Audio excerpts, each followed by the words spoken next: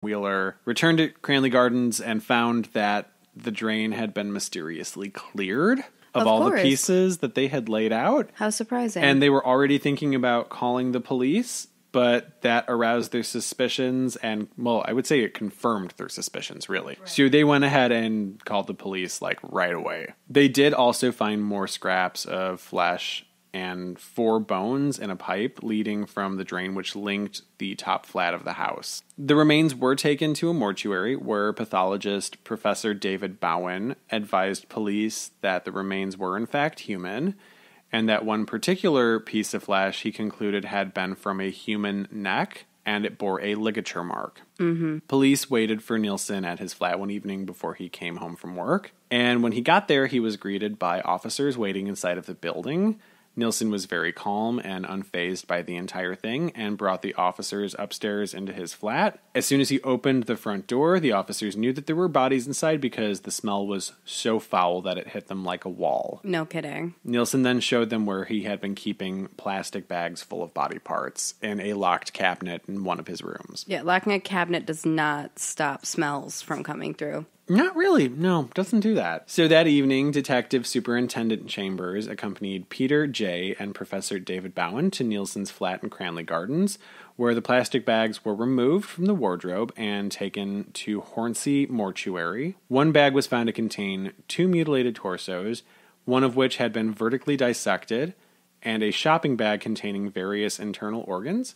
The second bag contained a human skull that was almost completely devoid of flesh, a severed head, and a torso with the arms attached, but the hands missing. Was he planning on using the hands or anything, or he was trying to get rid of the identification? I actually think that that's part of what he was trying to flush down the toilet, because I remember reading that some of the bones they found looked like they had come from human hands. Like little phalanges? Yeah, little phalanges. I love that word. I do too. So I think he was trying to flush the fingers down the toilet and some of the smaller bones. Nilsen eventually did tell authorities where more bags of body parts were being stashed in the apartment. He also wound up confessing pretty quickly to the murders, and on February 11th of 1983, Nilsen was officially charged with the murder of Stephen Sinclair, as that was the first and only body that they were able to identify through fingerprints. And the law stated at the time, and maybe still to this day, he needed to be charged for something within 48 hours of being held in custody, so they knew that they needed to find somebody's identity so that they could charge him. Dennis Nilsen was brought on trial on October 24th of 1983, where he was charged with 6 counts of murder and 2 counts of attempted murder. Nilsen entered a plea of not guilty. No. Okay. So I just found these bodies. It's really strange. I put them in bags. I've locked them in a cabinet. Yeah. I am the only one that has a key. Well, ignore that. Also, too, you showed everybody where the bodies were. You told them encounter by encounter of 15 different people that you recall killing. And now all of a sudden at your trial, you're going to try to plead not guilty. I don't remember this being a thing, but he wasn't trying to do insanity, right? He was trying to get off on saying that the murders weren't premeditated. It was everything he did was in the spur of the moment. No. It was really stupid.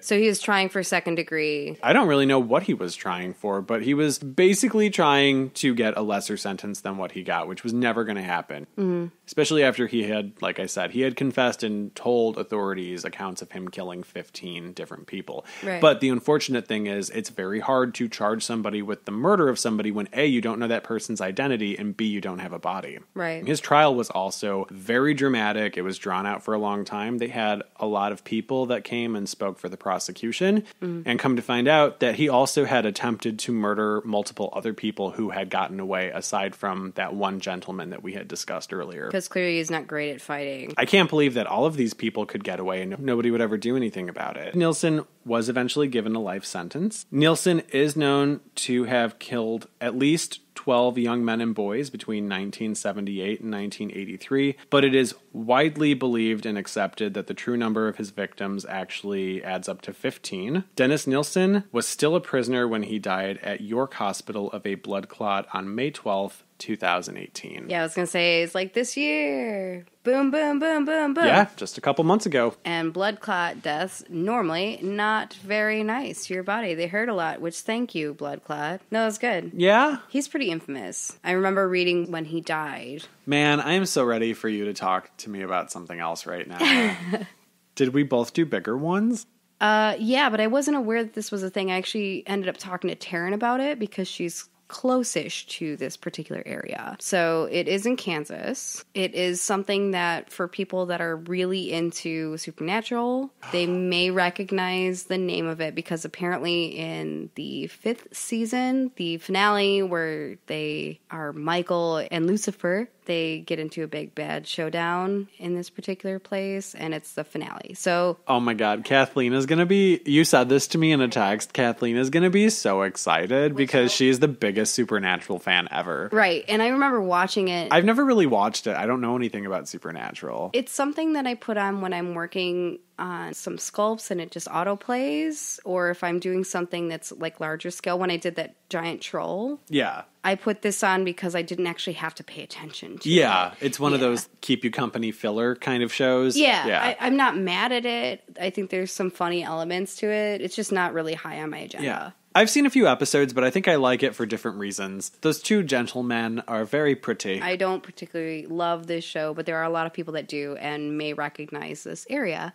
But I'm not going to tell you what it's called for a minute. Okay. Gates of Hell are considered to be various places along the surface of the world that are supposed to be entrances to some iteration of hell.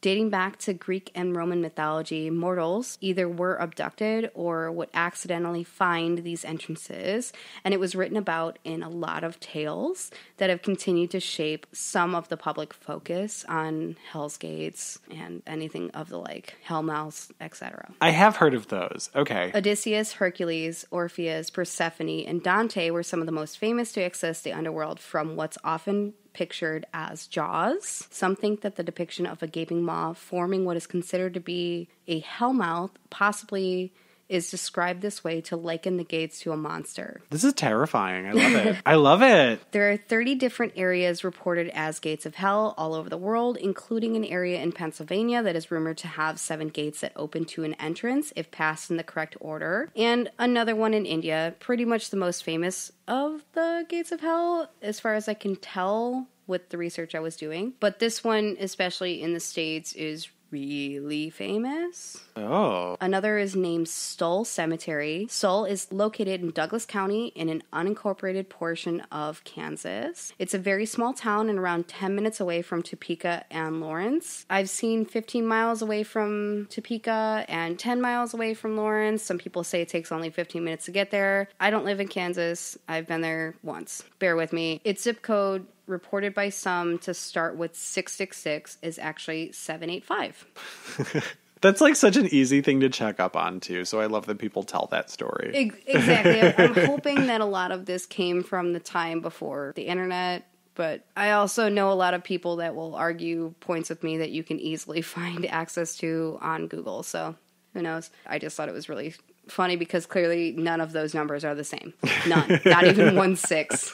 The town is super small, only housing around 50 residents at its peak. Currently, it seems to be about 20 that still remain, along with a few houses, a newer church, and a cemetery. Wow. Real tiny. Yeah, like we're talking 20 people tiny. That's wow. It's something that they had absorbed it into another town, but Stull residents still keep themselves as Stull. You can't tell them what to do. There's like 20 of them. Everyone knows each other. It's fine. The town was founded in the mid-1850s as Deer Creek and mostly had German and Pennsylvania Dutch settlers, and the primary language was German. During this time, about 6 families that were living in the area had organized a church gathering in homes until 1867 when they had constructed a limestone structure on donated land to serve as a church. Oh, and limestone's a conductor. Yes. And that's the thing, too. I saw a couple times it was just listed as stone. Sometimes it's been listed as limestone. So if I'm wrong, sorry, the internet told me something weird. Evangelical Emmanuel and Deer Creek Mission, later Evangelical Emmanuel Church, continued German sermons until 1908. A cemetery was built in 1861,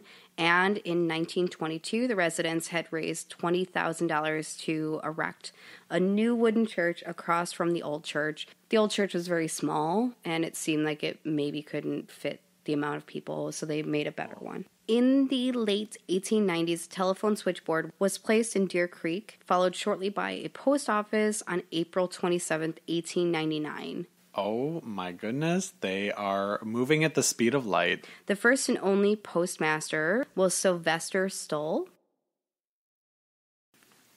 The post was discontinued after 1903, so 4 years later after it was originated, but the name stuck for the town. Two theories exist on why it was named after this particular man. The most plausible is that the town was named in honor of his service, but there's another one that apparently exists that supposedly they named it Stull to cover up the fact that it was originally named Skull, but it also kind of sounds like a rumor that a 13-year-old made up. Yeah, also too, that makes it sound like it's like an old western town, like Tombstone. There are a few documented accidents on the church and cemetery grounds. During the 20th century, a young boy had wandered onto his father's land where his father was doing a controlled burn and had unfortunately died. He got caught up in the fire? He did. Oh, poor baby. Another man was found hanging from a tree after missing for a while. Murder or suicide? Like he possibly had committed suicide. The last was in 1850. A stable hand had allegedly stabbed the mare to death in the barn. That barn was eventually turned into the church. The only problem is that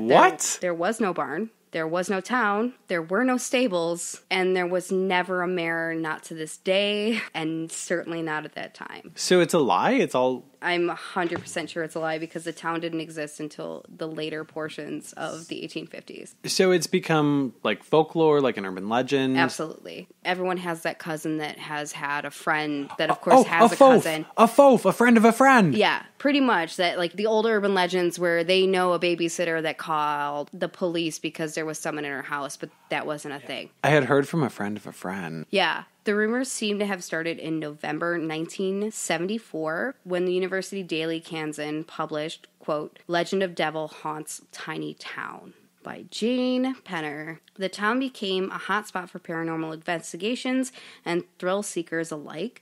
The only problem is that for the residents that have heard nothing about the haunting the entirety of the time that they've lived there. In 1978, about 150 people had gathered on the spring equinox. About 10 years later, on Halloween, 1988, 500 people came, had caused so much damage that they have now fenced off the property and police are present to give out tickets. People have said that locals will sometimes follow them or chase them off the property, sometimes for over 20 miles. What? This actually was pretty much reported a lot, but one of the people on Reddit had said that there was a red truck that's following him since the time that they visited and is still parked outside of his house. I truly think it's a creepypasta. I think it's someone just trying to spook people and drum a little bit more. Okay. This place is famous because supposedly the devil himself visits the property twice a year on the spring equinox and of course on Halloween because it's Halloween. What's the significance with the spring equinox? The spring equinox for most marks a rebirth and the hours of both day and night are the same length. In the Satanic Bible, it states that the eve of May memorializes the night